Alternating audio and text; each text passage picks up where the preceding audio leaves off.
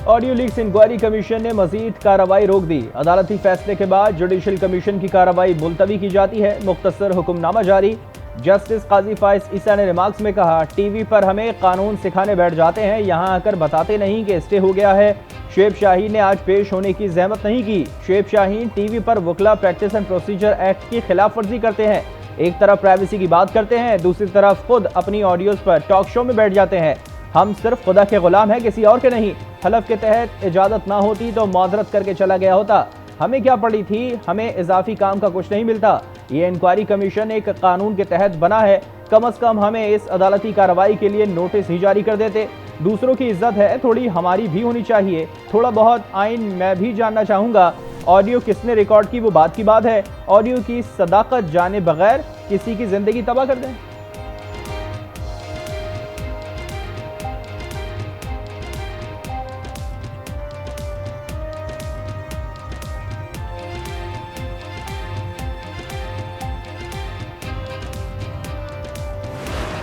जो कल कोर्ट में प्रोसीडिंग्स हुई हैं उसको सिर्फ आपके सारे मीडिया के दोस्त पूछना चाह रहे थे। हमने उनको सिर्फ इन्फॉर्म किया है कि ये कोर्ट का आर्डर है। हमने तो टॉक शोज में कभी ऑडियो लीक्स के कंटेंट के बारे में बात नहीं की कि वो क्या चीज़ है।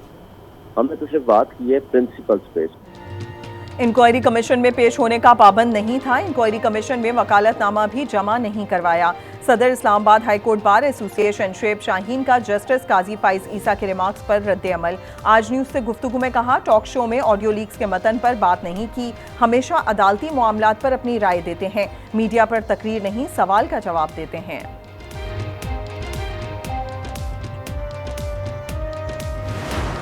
मैंने ये फैसला किया है कि मैं सियासत छोड़ दूंगा।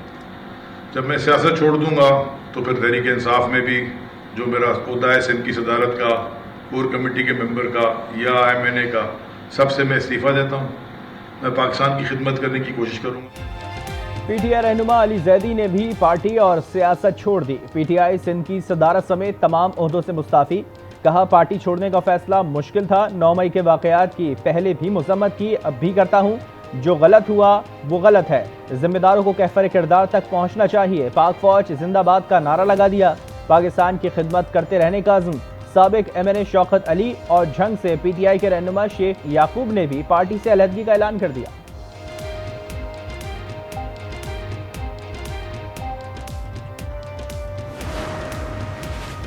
सेनेट में अपोजिशन लीडर शहजाद वसीम की 9 मई के वाकयात की शदीद मजम्मत। कहा, जिना हाउस और शोहदा की यादगार पर हमले किए गए, घर को आग लगाकर चरागा नहीं किया जा सकता। मुलव्वस अफराद को सजा मिलना वक्त का तकाजा है। चैलेंजेस का मुकाबला करने के लिए मजबूत फौज जरूरी है। PTI की 9 रहनुमाओं की डिप्लोमेटिक पासपोर्ट मनसूख। शाम मुतक़रशी, परवेज खटक, असद उमर, अली अमीद गंडापुर, अली मोहम्मद खान, फारूक हबीब, जरताज गुल, आजम स्वाति, ओन अब्बास शामिल। शेख रशीद का भी डिप्लोमेटिक पासपोर्ट मनसूख कर दिया गया। PTI रहनुमाओं के नाम पहले से नो फ्लाई लिस्ट में शामिल है।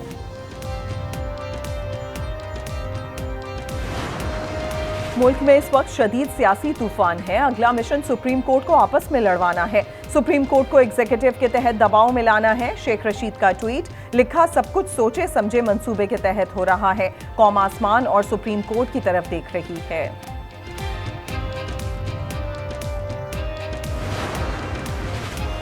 जिना हाउस लाहौर में तोड़फोड़ और जलाओ घिराव का केस। महकमा दाखिला पंजाब ने तहकीकात के लिए 5 GITs तश्कील दे दी। नोटिफिकेशन जारी। अनूश मसूद गुलबर्ग में दर्ज मुकदमे की तफ्तीश करेंगे। 2 GITs की सरबराही SP रजा तनवीर करेंगे। मुगलपुरा सरवर रोड थाने में दर्ज मुकदमात की तफ्तीश करेंगे।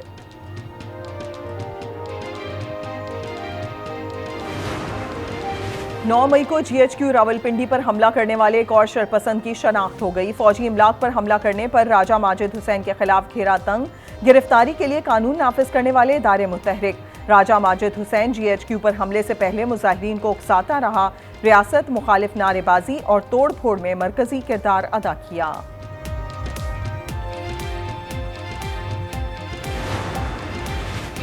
इमरान खान ने घर के सर्च वारंट मंसूख कराने के लिए इंसदाद दहशत गर्दी अदालत से रुजू कर लिया। अदालत ने फरीकैन को नोटिस जारी कर दिए, जवाब तलब कर लिया।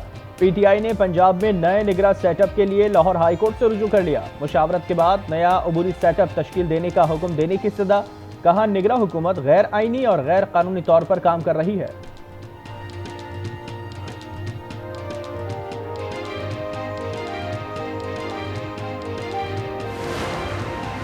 इमरान खान ने कारकुनों को ढाल बनाकर जिन्ना हाउस और जीएचक्यू पर हमला किया। हसन मुर्तजा कहते हैं इमरान खान अगर नया पाकिस्तान बनाना चाहते थे तो अपने बेटों को पाकिस्तान लाते। गरीबों के बच्चों का मुस्तकबिल तारीख बना दिया है। 9 मई के तमाम जिम्मेदारों को सजा मिलनी चाहिए। सिलेक्टेड टोला मुसलसल रियासत और दस्तूर की नफी कर रहा है। इमरान खान अकेला रह गया और गैर फाल और गैर मकबूल हो गया तो फिर बिस्मिल्लाह करें, इलेक्शन की तारीख दें। बाबर अवान का मुतालबा। कहा दूध का दूध और पानी का पानी हो जाएगा। कौम देखेगी पीडीएम के हक में ज्यादा पानी आता है या कप्तान के हक में सोनामी। अमरीकी रुकने कांग्रेस शीला जैक्सन का पाकिस्तान की सूरत हाल पर तशवीश का इजहार। कहा पाकिस्तान में इंसानी हुकूक की खिलाफ वर्जियों पर इंतहाई फिक्रमंद हूँ। पुरअमन एहतजाज करने वालों को कोई तहफ़्फ़ुज़ फराहम नहीं किया जा रहा। साबिक सरबराह मुमलिकत को मुतअद्दिद बार गिरफ्तार किया जा चुका है। लोगों को आज़ादाना, महफूज और बिला रोक टोक एहतजाज का हक हासिल होना चाहिए। सदर बाइडन और अमरीकी वज़ीर ख़ारजा एंटोनी ब्लिंकन को ख़त लिखकर अपोजिशन और दीगर के खिलाफ इंसानी हुकूक की खिलाफ वर्जियों के खात्मे पर जोर दूंगी।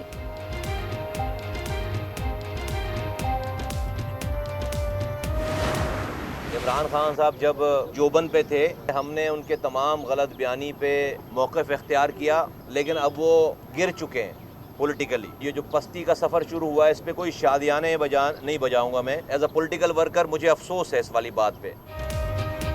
इमरान खान का बयानिया खत्म होने से मसला खत्म नहीं होगा। पीटीआई खत्म हो जाए तो क्या दूध की नहरें बहेंगी। अवाम ने इमरान खान का झूठ पता होने के बावजूद इनका साथ क्यों दिया। मुस्तफ़ा कमाल का सवाल। कहा सिंध हुकूमत कराची को इसका कोटा देने को तैयार नहीं। जरदारी साहब अगर बिलावल को वज़ीर आज़म बनाना है तो कराची वालों को पहले इनका हक दो।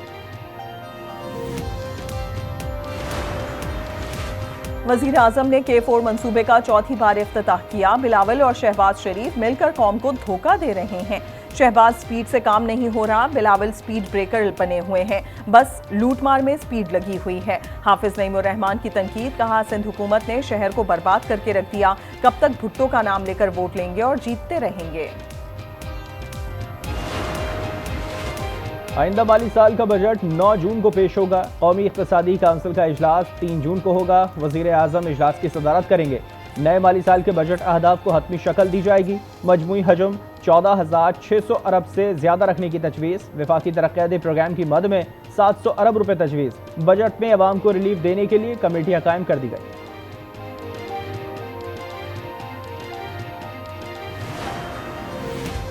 पंजाब मैस ट्रांजिट अथॉरिटी के बोर्ड ऑफ गवर्नर्स का इजलास। बहावलपुर लोधरा स्पीडो बस सर्विस के कॉन्ट्रैक्ट में तोसी की मंजूरी।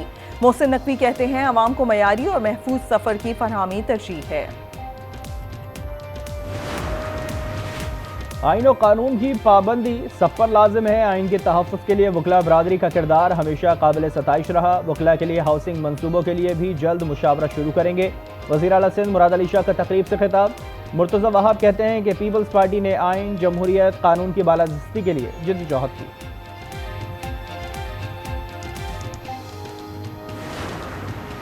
सिंध हुकूमत का महकमा ट्रांसपोर्ट में मोटरवे की तर्ज पर फोर्स बनाने का फैसला। शर्जील मेमन ने इजलास से खिताब में कहा महकमा ट्रांसपोर्ट के इंस्पेक्टर्स सूबे भर में तैनात होंगे। गाड़ियों की इंस्पेक्शन के साथ साथ मुसाफिरों के तहफ़्फ़ुज़ को यकीनी बनाएंगे।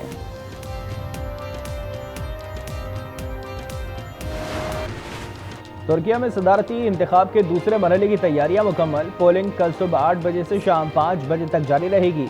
रजब तैयब अर्दवान और कमाल खलीजदार ओगलो में सख्त मुकाबला मुतवक्के। पहले मरहले में तीसरे नंबर पर आने वाले उम्मीदवार सनान ओगरान की हिमायत के बाद तैयब अर्दवान की पोजीशन मजबूत हो गई।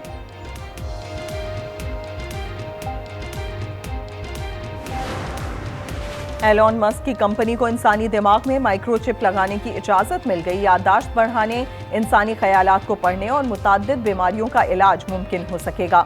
कंपनी अब तक 1500 जानवरों पर माइक्रोचिप लगाकर तजर्बात कर चुकी है।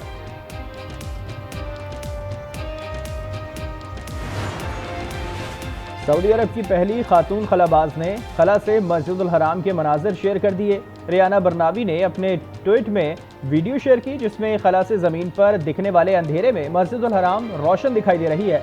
लिखा कि आज अपना तजुर्बा मुकम्मल करने के बाद हम मक्का मुकर्रमा के ऊपर से गुजरे जो काफ़ी रोशन है।